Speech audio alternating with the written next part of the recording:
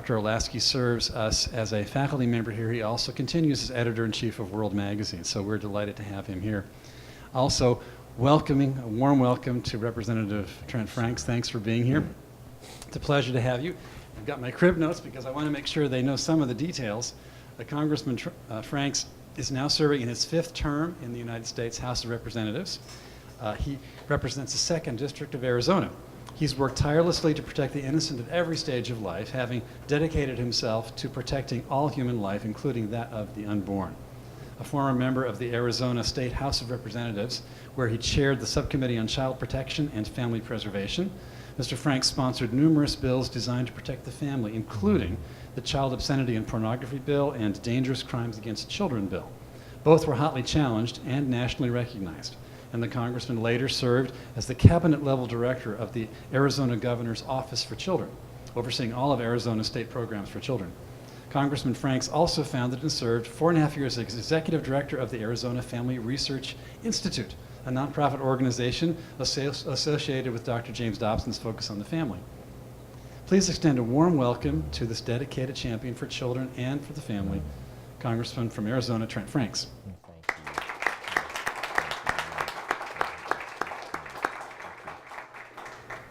Well, Congressman, thank you for coming this evening.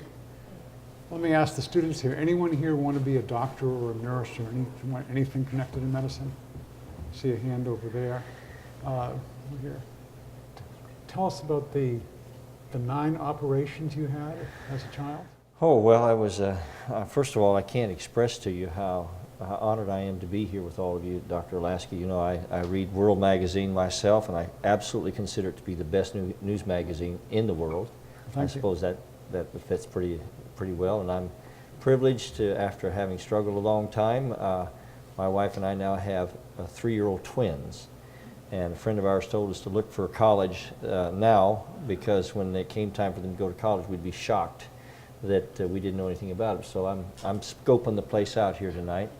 And but it is it's a privilege to be here. We've had some Patrick Henry students come to our congressional office as interns, and one, Matthew Dumais, he got a 1600 on the SAT score. So I'm just so impressed with all of you, and I had to say that first, and you can cut that out if you like, but we like it. Yeah, I just really appreciate you so much.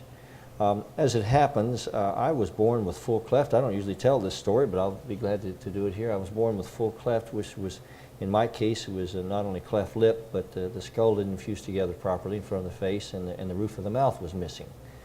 And so the little mountain hospital I was born in Uravan, Colorado, really didn't know what to do with it, because they were just, the hospital was there essentially for the mine there that Union Carbide had. And so the doctor said, well, this baby isn't going to be, isn't going to survive, and the best thing probably to do is to do away with him in a merciful manner. But fortunately, I had parents that had other ideas, and I'm very grateful to them. And so we left there at a very early age, and they took me up to the what they called at the time the Crippled Children's Hospital. Now, political correctness doesn't allow us to do that anymore. It's just called the Children's Hospital there. And the Shriners have been a big part of the support of that, and I still speak to Shriners groups all the time, and work with a group called Operation Smile. You're probably familiar with them. They've done over 100,000 now corrective surgeries for children born with my issue, or partially. Mine was a little worse than normal because they had to rebuild the entire roof of the mouth. But by the grace of God, I was operated on at a very early age, and usually children with this issue have a major speech impediment. But because, again, the grace of God, Dr. Richard, there at the hospital, Dr. Blandford, was considered one of the best in the world at the time. And I just was fortunate that it happened. So now I can perpetrate monotonic, polysyllabic obfuscation, semantic gymnastics, and verbal circumlocution with the best of them most of the time. And I'm just blessed in that regard. Couldn't do what I do. And it is sort of one of those things, that God has a way of always demonstrating to us that He has a capability that sometimes we underestimate. That being a member of Congress is probably the last thing that one would have suggested when I was born. And yet I have the wonderful privilege of doing just that. So that's, again, sort of a rough picture of it. Yeah. I can see why you're a champion of life. I'm glad to be associated with Patrick Henry College. Princeton University has a professor named Peter Singer who believes strongly not only in abortion but in infanticide up to 2 years old.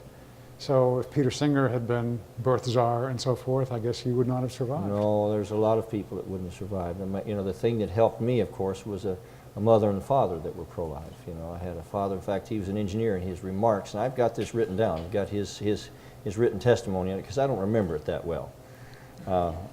He said that he told the doctor that he would make a machine to feed him if he had to. Well, it turns out, in my case, they set me upright and fed me with a pill cup and an eyedropper. I was never breastfed or bottle fed at all. And so, but you know, I mean, I'm an old guy here. I'm not going to tell you how old, but I can still tear a phone book in half. So, I mean, I'm very fortunate to have grown up strong and healthy, you know. Yeah, that's terrific. Anyone here, students, want to be a teacher? I see a couple of hands over here. Who was Margie Freeman? Oh, Marguerite Freeman. They called her Margie. Okay, Margie. But it was written as, as Margie, but she was my 3rd and 4th grade teacher, and I have to be careful, I don't want to be emotional here, but she always said to me, and I don't know how you did this, I don't know who you talked to, but because I truly don't, but she always said to me, you can do it. You know, that was what she always said, no matter what it was, you can do it, you can do it. And it may seem sort of a trite little phrase now, but she came to an event when I kicked off my first campaign for Congress. And that first campaign was a failure. We lost. It was a close second, but we still lost. You know how those things are. She wrote me the note there, you know, after teaching me beginning in the 3rd grade and she taught me both in 3rd and 4th grade. And she put down the P.S., you can still do it. And Okay. so, ironically, I ran for Congress again a few years later, and lightning struck.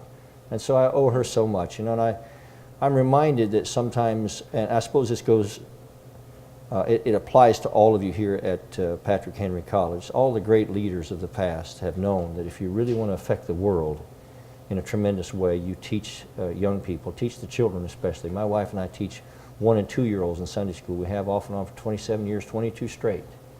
And we're convinced that that is the truth. But I would say, on behalf of Margie Freeman and all the others that teach young people, there's a quote that Daniel Webster said. He said, if we work on marble, it will perish. If we work on brass, time will efface it. If we rear up temples, they will crumble into dust. But if we work upon immortal minds and imbue them with principles, with the just fear of God and the love for our fellow men, we engrave on those tablets something that will brighten and brighten to all eternity. That's heavy words. Now, I can say a whole bunch of others about education because I truly believe that sometimes the left has commandeered that whole concept of education. They think, well, you know, education is king. And it is true that what we teach our children probably impacts more than any other mortal paradigm the future of humanity. But at the same time, what is taught is very important, and one of two people will decide what children learn. It will be either a bureaucrat who doesn't know their name or a parent who would pour out their last drop of blood for them. And so I just think what is taught to children is vitally, vitally important. And I thank God and I thank Margie Freeman here tonight that she was there when I needed her. And her ideas and the things that she taught me are still being espoused in the world today, and yet that was a long time ago that she taught me. So that's a long answer to a short question. It's an interesting answer. Let me bring up one other name, and I'd like you to contrast what you learned in high school social studies from what kids typically learn today in public schools and high school social studies. The name is Della Friedendahl. Is that pronounced Della correct? Friedendahl. Friedendahl? Now, see, again, I did not know that where you got these names, and I'm going to find out afterwards, I assure you. But Della Friedendahl was just a precious lady. She taught art and other things, and you know, then we tried at that time, and it hasn't been so long ago. This is an ancient history, you know, but we tried at that time the studies that we had that we call social studies actually studied about the social settings of other countries and the cultures. And today, we learn more about, sometimes about recycling than we do about Abraham Lincoln. Mm-hmm. And it is a different world. And that's why I don't want to just beat the point to death, but that's why I honor so much institutions like Patrick Henry College, because you realize that, as Thomas Jefferson did, that the heart of education is education of the heart, and that truly education is creating young citizens with knowing heads and loving hearts. To skip one of those two sides of the equation is to fail the test. Okay. And then I understand that after you graduated from Briggsdale High School, one of 11 students in the graduating class. It was a big class. It was the largest class. class in history there. We had 11 of us, yeah. And then instead of going off to college, you went to Texas and Arizona drilling wells, oil wells and so forth. That's exactly right. Again, I'll have to, Randy will probably have something to explain to me that how you got this information, but when I was a sophomore in high school that summer, I had already worked on drilling rigs at a very young age, but I began to work on a bigger rig in New Mexico. And then when I was a junior, the summer of my junior year, I was 17 years old, and my brother and I had saved up some money. I won't give you all the details, but we bought a little junk drilling rig in Odessa, Texas. It was what they would call, it was sort of like a Mayhew 1000, it was called the Western 1000 Geophysical. And we went to Texas, and we hired one guy. He was 18 years old. My brother was 15, and we started drilling north of Putnam, Texas. And today, my brother runs the company, and we drill offshore Australia. So it's just astonishing what happens. It wasn't because we had any special talent, but it was because, by the grace of God, we had parents that told us we could do anything. And we lived in a country like America that even a couple of kids that didn't know up from down could go out and make a stab at it. You know, it's certainly been a roller coaster ride in so many ways, but it's been an adventure that I couldn't possibly have anticipated. Very, very cool. Arizona Scholarship Tax Credit. This is probably maybe what you're best known for from your work in the state legislature. It's hard to know. I've worked a lot on the life cause, okay. But as we've talked about education tonight, I really do believe that. And I was on the board of a group that was raising private money to scholarship children to go to school of their parents' choice in the K through 12. And we worked very hard, but we were raising about $150,000 a year, and we were giving students, a little over 100 of them, like $1,000, $1,200 scholarship to augment low-income parents, to give them a chance to send their children to a school that they wanted to. I remember one particular instance where a mother made $8,000 a year in South Phoenix, and we were able to give each of her two children a $1,000 scholarship. And tuition at that time in the little parochial school in South Phoenix was under $2,000 a year. That's juxtaposed against about $7,000 a year for government or public schools. And yet she wanted so bad for them to go to this little Christian-based school. And so she was willing to give up $2,000 of her $8,000 a year income, and we were able to come up with $2,000. She was able to send her children. And it was so moving, and it was so representative of so many other stories. I thought, oh, I wish we could do this more. I wish we could really make a difference here. And one day when I was in my shower, I thought, if we could just redirect some of the billions of dollars that we spend in public education, or government-sponsored education, to just empower parents. Wealthy families can do this now. They can send their kids to any school they want to now, but poor kids couldn't go. And I thought, if we could just do that, and then the idea hit me. Rather than a tax deduction, what if we allowed people to give to a scholarship charity where, in this case, 90% of the money had to go directly to scholarships, and that they got a direct dollar-for-dollar reduction in their taxes. Not only would that save the state money, because it costs so much less to send a child to a private school than it does to a government school, that would also empower a lot of parents, and I think the thing would go. And I walked out of the shower just as I was, not to scare anyone, and wrote it down, because I thought this will end up in the Supreme Court, and that indeed is what happened. We did get it passed after 3 years, And we fought it in court for 14 years, the ACLU and the NEA called it fiendishly clever, but it was really divinely simple. It was just, they didn't like it because it wasn't a voucher in that the money never touched the coffers of government. And, but the good news is we've now given 250,000 scholarships. It's the largest school choice program in the nation. We've raised about $1.5 billion, and 92% of the kids are going to a Christian-based school, not because of the program, but because their parents wanted that to be that way. And once again, I always say it's either the bureaucrat or the parent that's going to make the decision of what the child is taught. And I just believe the future is in far safer hands if we empower the parents to do that. And now, just a few months ago, the U.S. Supreme Court finally upheld it. Mm-hmm. So we think that we're working on efforts to try to see it expanded now. And I just see it so much better that, even though I'm a supporter of anything that empowers parents, including vouchers, whatever truly empowers the parent.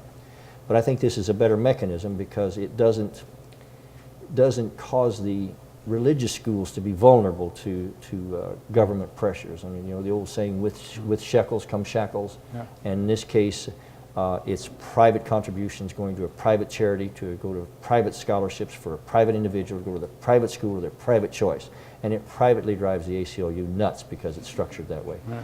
And, but now this is my last word on it. I don't want to belabor the point. That should have been upheld in the U.S. Supreme Court 9-0. Because in order to strike that down, they had to declare every dollar in your pocket to be public money before you ever fill out your tax return. That's a real reach, even for the left these days. But yet 4 of them said just that. And so it was a 5-4 decision, and it just goes to show you that who appoints our Supreme Court justices is a vitally important subject for us all, because the Constitution hangs by a thread, and 1 or 2 more Supreme Court justices appointed by Barack Obama could abrogate this Constitution completely. Have any other states followed suit? We've got this in 9 states now. That's why we've had Arizona is probably about 25% of the program now. We've got it in Florida, we've got it in Pennsylvania, okay. We've got it in 9 states either have a full or partial version of it. And some states now are expanding it. But I'm pretty excited about that, because all it really does is to say to people, if you want to, that means it's volunteer. For the left, that means you don't have to. I'm just trying to explain that here. If you want to, you can contribute to a scholarship fund to go to school, to send another person's child to school of their parents' choice. It doesn't work with your own children, because otherwise it kind of gets in the way of, but the way it is, if we can make these scholarships available, then it makes the scholarships available for everyone. That's the ideal. And it again is something that makes the left have a lot of trouble with it, because they want to control this thing called education, because they know so well that it really does dictate the future. Let me turn to some other issues you face as a member of Congress. Immigration, a particularly hot one. We've heard already in the GOP presidential candidate debates some differences on how to act on the border, whether it actually should be a fence, whether a physical fence or an electronic fence on the one hand, or whether it's mostly a question, I think Governor Perry was talking about boots on the ground and so forth. With the long border between Arizona and Mexico, what would be most effective in providing some border security? Well, I mean, there are a lot of ways to provide border security. We've got some tremendous technologies today. I have been a supporter of the fence in particular places, but let me just say to you that the bigger principle is what's important here. There are 2 aspects to it, and sometimes people make them the same, and they're intrinsically connected, but they're not the same, and that is border security and immigration policy. Border security is vital to national security. I think that, Ronald Reagan used to say that a country that can't control its borders is no longer a country at all. And yet Emma Lazarus used to say, give me your tired, your poor, your huddled masses yearning to breathe free. Send these, the homeless tempest tossed to me. I lift my lamp beside the golden door. I believe Ronald Reagan and Emma Lazarus would have been very good friends. There is a way for us to be the depot of freedom without having open borders that invite not only people to break our immigration laws, but that dramatically impact our national security. People say, well, what do you expect to happen? I mean, I'm one of the things that a lot of people don't know now is that one of the areas I work in a big way now, I'm a member of the Armed Services Committee. I'm a member of the Strategic Forces Committee, which deals with all our nuclear profile. And people said, well, you know, do people know that a strong person can carry a small nuclear warhead in his arms for a few feet? And people say, well, how would they get that across the border? And my answer is, well, maybe they'd put it in a bale of marijuana. You know, the idea that you couldn't bring a major weapon across the border is ludicrous. You could do that. And we need, as good stewards of this nation's security, to make sure that the border is protected from a national security point of view. And if we do that, then we will know who is coming in and out of our border in terms of illegal or legal immigration. And we owe the citizens of this country, we owe the world to have a strong commitment to the rule of law, because otherwise it's chaos. I mean, people always try to make it you know, some sort of a racist agenda when people want to have enforcement of our immigration laws. But I mean, I married a woman from the Philippines, and she came here legally. And there are many people that are trying to come to this country legally that are pushed out of the system simply by those who come here illegally. So it's an amalgamation of a lot of issues, but I truly believe that there is a way without losing our humanity, and that's the last thing America wants to do, where we can be the depot of freedom, but we can still insist that people that come into our country, number one, that they come here legally, that they come here under the terms of this nation, and that they come here to embrace the Constitution and the idea of freedom itself, and that we're going to do this in a fair and just fashion, and that we are, as a matter of national policy, going to enforce our border security for the sake of preventing a great tragedy at some point in the future. Okay, let me ask a question that combines issues of border security and immigration policy, and also educational opportunity. Let's say that if in Congress there was a movement that could possibly even be bipartisan to protect the borders, secure the borders, and then make educational opportunity and other opportunities available for kids who came into the country when they were 2 years old, brought here by their parents. So they were not breaking the law, consciously breaking the law.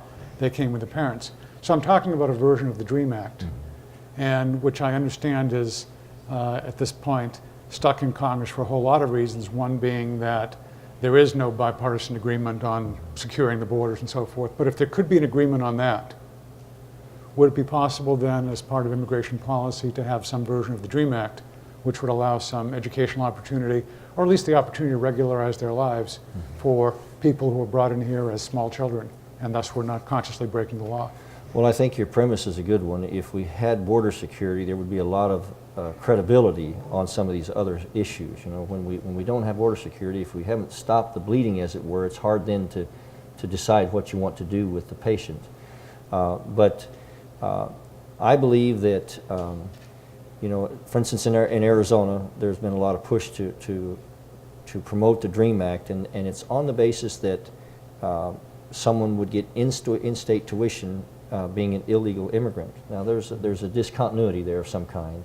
And so I just am convinced that the best way to do it, rather than government being the one to decide you know, what educational opportunities are placed. I don't know what your policy here is in the college here, but I know that colleges that have a strong private financing component almost always do better even than those who are publicly funded.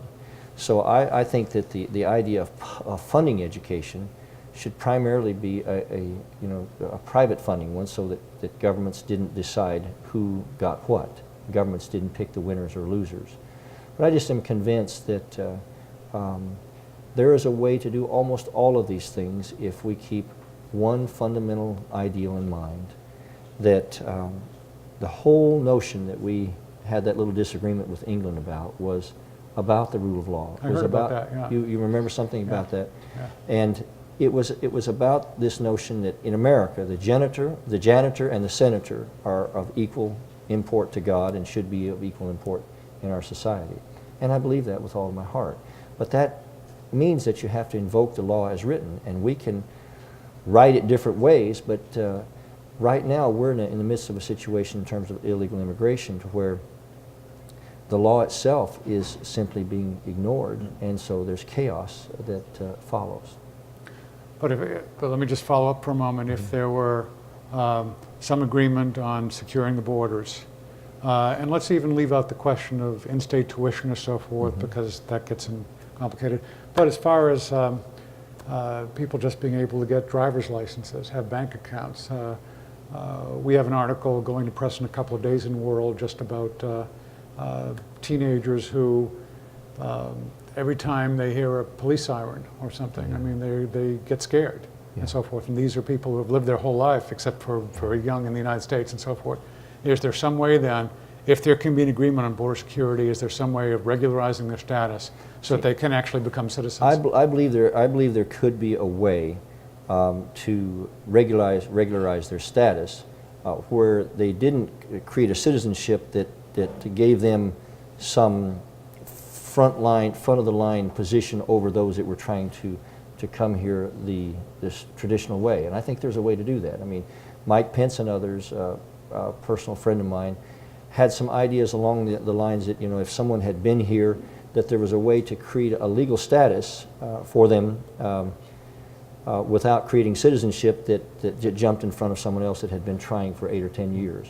And I think there's a way to do those things. I think that, again, as long as we can come up with a way to do it legally and do it in a way that does not interfere with people who are trying to do it legally. See, that's in some ways the biggest injustice of all here. If people have gone by all the rules and then they're pushed out of the way by something that just because we ignore the law. But I think the answer to your question is still yes. Okay. Let's turn to old folks. In your district, there's Sun City, there's Sun City West, retirement communities, lots of older people. Do you go there and tell people that, in fact, Social Security is a Ponzi scheme? Well, that's not the term I use, but you know what? Just for the sake of accuracy here, what you have, you know, a Ponzi scheme. Let's examine it. A Ponzi scheme is something that's an illegal enterprise generally, where people are asked to invest in something with a blue sky mentality, and that there's really no enterprise, but that it's funded entirely by present contributors or investors. And that is indeed the equation with today's Social Security. I mean, we can. I'm not trying to diminish or build up any one presidential candidate. The reality is that our present Social Security system is no longer a trust fund like it was set up to be, because Congress has raided that fund, and people like myself, without trying to put myself up above anybody else, we've tried to keep that from happening. But unfortunately, we have failed. And so in terms of the way it's funded in like manner as a Ponzi scheme, but I don't go out there and tell them that, because what I have said that I'm committed to keeping the promise of Social Security to the present recipients and to those that are nearing that age. But I do think that there has to be a restructuring of not only Social Security but Medicare and a lot of the government-run mechanisms that find themselves on a collision course with insolvency. I mean, unless we can repeal the laws of mathematics, we have to do something different, Dr. Olasky, because it's not fair to just leap off of a skyscraper and get everyone halfway down and say, well, so far so good. You know, there is a moment when the mathematics will prevail. So this could be a very long dissertation of an answer, but if I can ask briefly, how would you restructure them?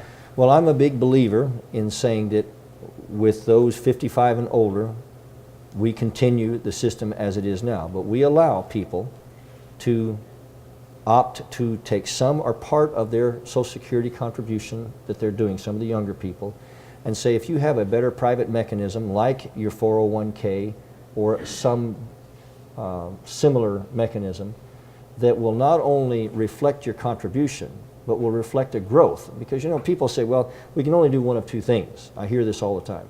We can either increase the amount of contributions we put in Social Security, or we can decrease the benefit. But that does leave out an honest third factor, and that is the growth over time of what we contribute. And therein lies the biggest failure of all of government. If this had been, even with all of the ugly things that have happened to the stock market over the last 70 years, if this had been invested in the private market, we wouldn't be upside down. We wouldn't even be approaching that. We would be on firm, solid ground. And I believe sometimes that you have to just say, all right, we're a long ways down this road, but now is the time to allow young people an option to invest some of their Social Security or all of it into a private fund that will be there for them when they're, or that they own, that will be there for them when they retire. I truly believe that we'll be keeping faith with the young people, and I truly believe that we have to keep faith with the people who've already paid into the system, even though it's going to be a pretty big challenge for this government and its peoples. But to leave things on the present trajectory, I think is dishonest. I'm just wondering, students here, I mean, how many of you believe that if Social Security continues in its present course, you can count on it at that very far off time when you might want to? As retirement, I don't. Now, just for the record, I don't see one hand, and that's just an indication that this is a very intelligent audience, because that's they understand that you know there was a time, I think it was somewhere around 100 to 1 or more, that there was 100 workers paying for one retiree. Now I believe it's down to 3.5 or 4, something like that. And in 15 to 20 years, they're saying that's going to be a 2 to 1. Well, you know, it happens slowly, but that's not a sustainable equation. And the one thing that people underestimate economically is the power of freedom to innovate. We don't realize, we think that, well, there's no way we can ever catch up to that situation. But I'm reminded years ago when I was in the legislature, I wasn't much older than some of these folks, there was a big fight over the telephone system. You know, we had Ma Bell, which was actually a private company, but it was completely controlled by government. Yeah. And long distance at that time, measured in today's terms, was about $3.10 a minute. And you had one old cradle telephone, and the operator smarted off every time you asked her what time it was. I mean, it was just not a very good system. And yet that was the government system. And so we were asked in the legislature and in Congress to break up the system. You remember that. And everybody says, oh, this is going to mean that the person in the mountains won't have service. But what we did, we said, well, we'll subsidize that for a time until we can phase it into operation. Now, I would like to ask this audience, how many of you have cell phones? See, everyone. I don't see a hand that's not up. And of course, I guess this. But the point is, now your cell phone, most of them, is too cheap to even measure the minutes that you use. You can dial up the Library of Congress on your internet, on your cell phone. It's astonishing. You can see a picture. I have a 3-year-old, and I see a picture of him sometimes appear on some of the phones. There has been a magnificent paradigm leap in communications. But what are the 2 words that were controlling words in that? It's freedom and innovation. And I truly believe that if you apply that same equation, we've done that in some other areas, if you apply that same equation and allow freedom to solve some of these problems and innovation and competition in markets, you will see us not only prevail in the Social Security arena, but you'll see us prevail in the whole healthcare crisis that we're beginning to face. And a lot of these other challenges, freedom is still the answer. And it's not just that's not just a rhetoric of a right-wing republic, and that is the empirical history of the United States of America. It sounds like you and I are from the Paleolithic era. But let me raise a science fiction, something that sounds science fiction-y. You've introduced in the House the SHIELD Act, Yes. which concerns this thing called the electromagnetic pulse, which I see a couple people nodding, but it may be unknown to most people. So maybe you can explain what that is and why you have introduced the SHIELD Act. Well, as I told you, I mean, I'm the chairman of the Missile Defense Caucus in the House, and also the chairman of the EMP Caucus, because, you know, we try to measure the threat that could come against the United States and then respond accordingly. And there are all kinds of threats. Certainly, a nuclear missile that lands in New York is a less than optimal situation. But EMP electromagnetic pulse is created either naturally or man-made. It can be created by a coronal mass ejection, a solar flare that actually is essentially aimed directly at the Earth.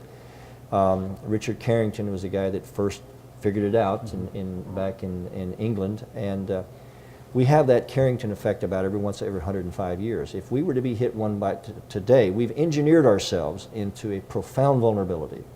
30 years ago or even 40 years ago, our electrical grid had major relays and major electromagnetics that were controlled mechanisms. Today, we have SCADA controls or computer control systems. Some of those little circuits are 30 molecules wide. They don't even make a flash bulb.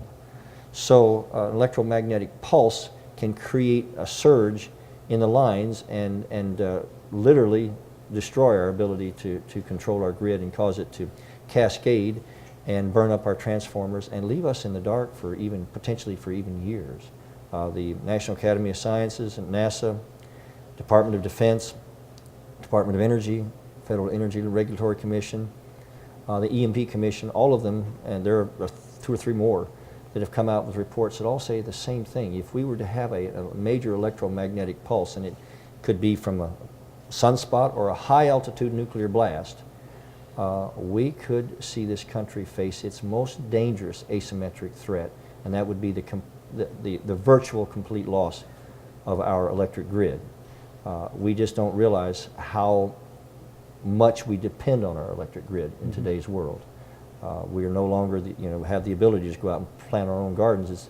We count on being able to move food and fuel and all kinds of things in this society. We count on each other, and without the electric grid, the EMP Commission, the chairman of the commission there, who was kind of Ronald Reagan's Einstein, a guy by the name of Dr. William Graham, puts numbers on it that I can't wrap my mind around. He says it could cost us 60 to 90% of our population.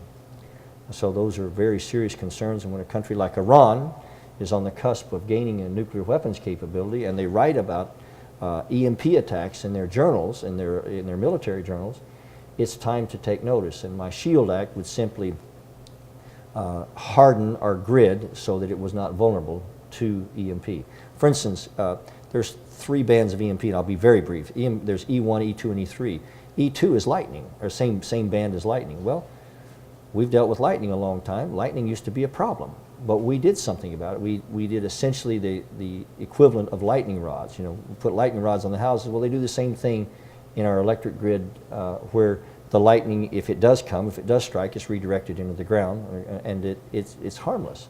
And we need to do the same thing with EMP. This can be fixed, and this bill would do that. It wouldn't solve all of our EMP problems because there are a lot of radios and telephones, a lot of electronic equipment that would still be vulnerable, but at least we wouldn't lose our base power grid, which would be the thing that would truly threaten our society. Okay, questions from anyone? We're going to do a hard stop at 9:30, but up until then we have some time. So thoughts, questions on any of this? Sir, I'm from Graham County, Arizona, and I had a couple of questions on immigration. It's important to control the border and to support the laws, enforce the laws we have in place now, but I have a lot of friends who have come from places like Colombia and the Philippines and things like that, in Mexico, and they tell me that the system to legally come in is very difficult. And so I was wondering, do you have any reforms for those in mind? And also, do you have any immediate solutions for the holes in the border? I know that we've had fires this past year caused by illegal immigrants, like the Monument Fire near Sierra Vista, and all kinds of crime. And so I feel like right now we have a lot of conversation going on, but nobody's really getting anywhere. Well, you asked several questions there, and I believe all of them are pertinent. It is important, as you said, there are people that have come here. You have a lot of friends from a lot of different countries. It's important that we don't lose our humanity in this discussion, that we don't just think of it as an us and them kind of equation. But one of the reasons why there is such chaos throughout the system is that we haven't focused on coming up with laws that work because we simply ignore the ones that are on the books now. And so everybody's kind of in a chaotic environment, and the legal process is completely up in the air. I'm convinced, as hard as it may seem, I'm convinced that what we need to do is first and foremost to secure the border so we know who is coming in and out of our country, whether it be illegal immigrants or whether it be people who would like to do us harm. You know, we've discovered Hezbollah trying to approach the border in Mexico coming into this country. I don't think they're coming in for positive reasons. So the first thing that we do is to secure the border, and then we say, okay, then what are our next priorities? My priority isn't to go after a person that's been here 20 years and has done everything the way they should do and is working and paying taxes and doing the best they can, even though that's an issue we have to face. That's not my priority. My priority is to go after the MS-13 gangs, the people, the criminals and things of that nature, focus our main energies there, and then say to people that are here illegally, it's important that we make this right. And I think that means some kind of a system, whether it is that they have to make to go out into their country of origin and make a U-turn and come back and come in the regular way, or some type of process that would grant them temporary status here without citizenship, that would not make it so that they jump in front of someone who's tried to do everything right legally and trying to gain citizenship. Now I know that that's not a perfect equation, and I know I couldn't cover everything that you said, but I'm convinced that first and foremost, if we deal with the national security concerns and know who's coming in and out of our country, and then deal with the worst that illegal immigration causes, by the time we get through all of that, we will have not only credibility to have a conversation with the citizens of the country, but we will be past a lot of the worst of the problem.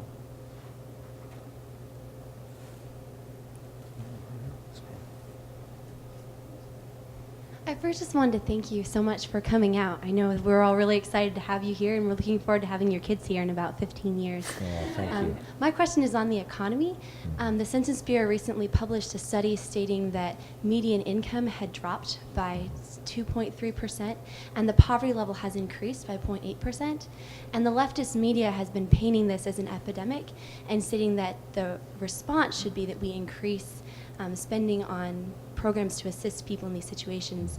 So my question for you is this an accurate portrayal of the situation? And if so, what should conservatives do? Well, I'm going to say this in the nicest way I know how to say it. The left lies so much they have to hire someone to call their dog. So that's, and they may not even mean to. Maybe it's but the real issue here is that economy. You know, the economists are able to speak in such erudite terms that most of us don't even know what they're talking about. But real economy is really one thing, and it's productivity. It's the productivity of the nation, and that means the productivity of its people. And when government is directing the process, nearly always they don't direct it in the most productive way. And in order to do anything of consequence, they have to take money out of the economy, out of more productive hands in which to do that, with which to do it.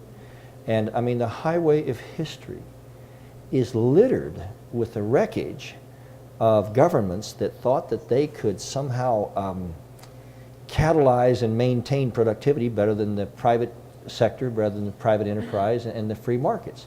It's never happened. They've never been able to do it. And so I'm a little bit, I consider it a ludicrous suggestion now that we're doing it differently, that Mr. Obama's got a different approach. I don't see the difference here. I see that his program is essentially taking money out of the economy in the form of taxes or in the form of deficit spending, borrowing from the economy, in order to spend it in ways that he believes will stimulate the economy.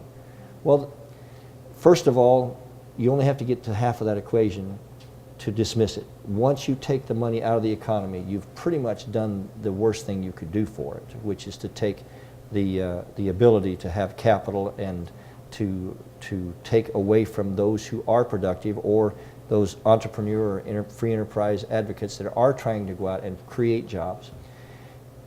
It takes energy out of their hands. Secondly, nothing is able to better direct where that productivity should occur than the markets. You know, let me just give you an example. If government said, well, we want to create jobs, we're going to build a pile of dirt 1,000 feet high, the size of Texas.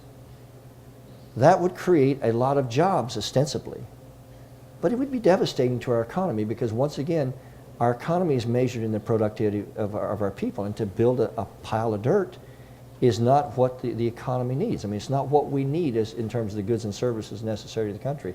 And I just want to try to illustrate that, number one, the private sector is the foundation of it all. Government has nothing without the private sector. Government can't exist without the private sector.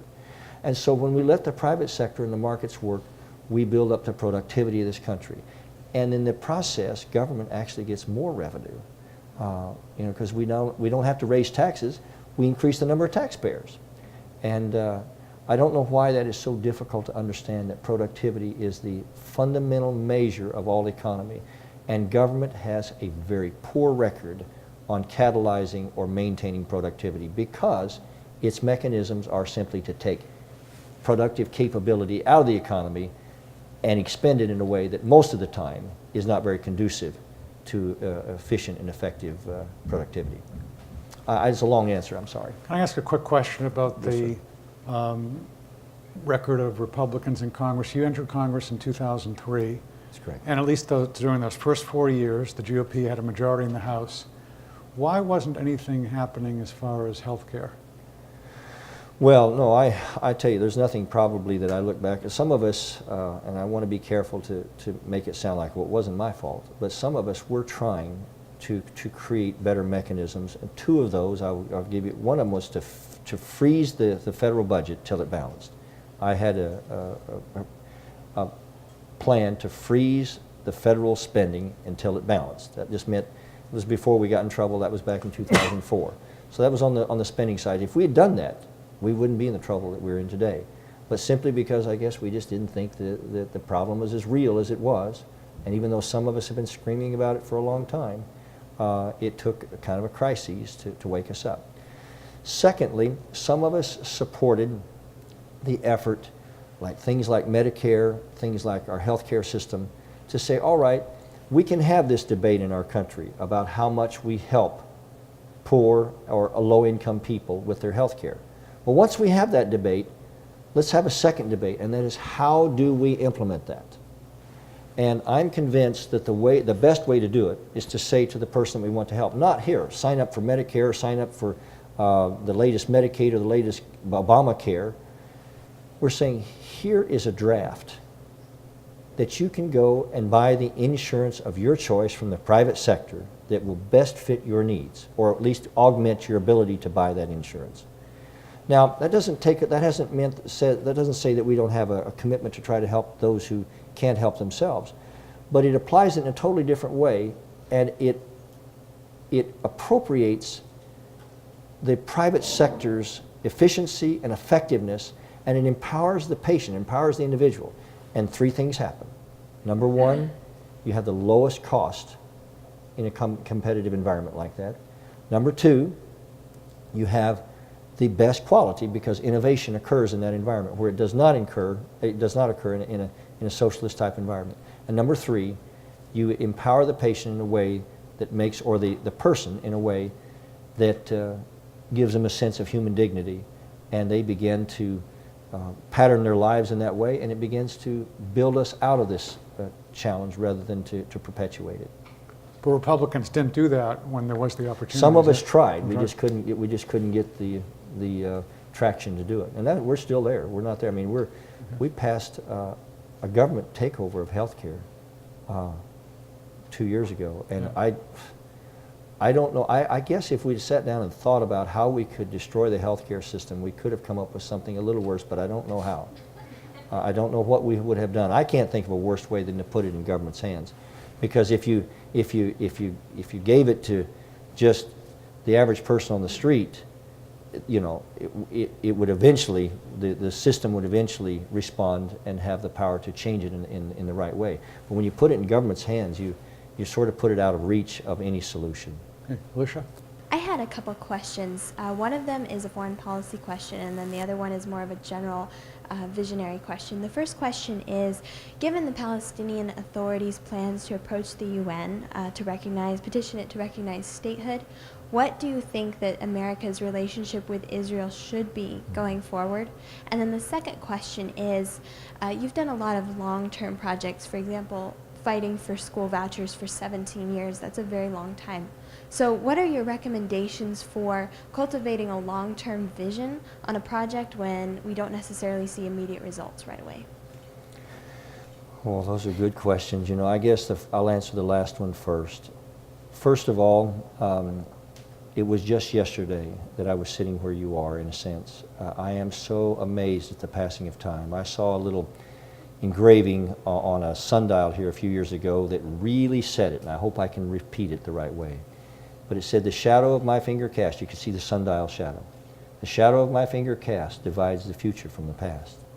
Before it stands the unborn hour, in darkness and beyond thy power. And behind its unreturning line, the vanished hour, no longer thine. 1 hour alone is in thy hands, the now on which the shadow stands. I cannot, if I could get any of you as 20-year-olds to hold on to one thing, and that is the brevity of life. It is still a miracle that beggars human description that I don't know how to even come close to trying to articulate. But it is so brief. So it is important that you hold to something that really matters and say, whatever time I have, I'm going to give it all I've got to this end, because this is the important thing. And if it doesn't redound to the honor of God and to the blessing of your fellow men, then you're on the wrong track. I'll just start out there. So that's the first thing, is realize that life is a lot shorter than you think. Sometimes we think 17 years is a long time. But boy, I mean, it just goes in a flash. So focus your energy on something that matters, and you'll be surprised how much effort you can see fruit from.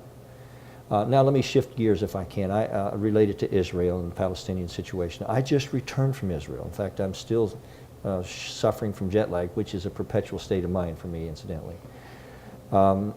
I went to give the keynote address there to the World Summit on Counterterrorism. And Israel is in a more dangerous matrix than they have been in my lifetime that I know of. You know, of course, the 67 war and things like that, they've faced great challenges for a long time. In fact, Golda Meir said it this way. She said, in our long war with the Arabs, Israel's always had a secret weapon. No alternative. So they have faced challenges for a long time. But today, they face a potential of a nuclear Iran. I cannot think of anything more dangerous than a nuclear Iran in our world. Because if that happens, the terrorists the world over will have nuclear weapons. Israel will be 15 minutes from annihilation. The EMP discussion that we had earlier will not be just a discussion. It will be a clear and present danger. Everything changes if that happens. And yet, that's what Israel's fighting. And today, it's been especially frustrating for me as an American congressman to see our president express more open rebuke toward Israel for building homes in their capital city than he does toward a madman like Mahmoud Ahmadinejad for building nuclear weapons to threaten the peace of the entire human family. Now, I don't know about you, that just stuns me. And the reality related to the Palestinians, you know, everyone wants to see everyone have the best in life that they can have, and I believe that. But the Palestinian Authority has now made a connection, reconnected with Hamas, which is a terrorist organization dedicated to the destruction of Israel. And let me just say to you that most of the time people say, well, the real problem here is that there's no Palestinian state. That's not the real problem. The real problem is that the Arab world does not want to allow the existence of a Jewish state. And if America somehow fails to stand for this little country called Israel that is our most effective, most reliable, most democratic ally in the world, we will be harming ourselves in ways that I don't think we imagine right now. I wish I had time to expand on that. But it is critical that we support Israel, because it's not only us being good for them, but they are good for us, and I can say that from a military standpoint. I truly believe that in 10 years we'll end up having some of their missile defense capability on our own SM-3s here at home, because they are that capable and that technologically advanced. And for some of us as Christians, I know we have a special love in our hearts for Israel, and that's all good. But I will also tell you that in the empirical world of the geopolitical realities, supporting Israel is vital to America and vital to the peace of the world. Ben has done his job by pointing to his watch and telling me we've hit 9:30. So please join me in thanking Representative Franks. Thank you, sir. Thank you. Thank you.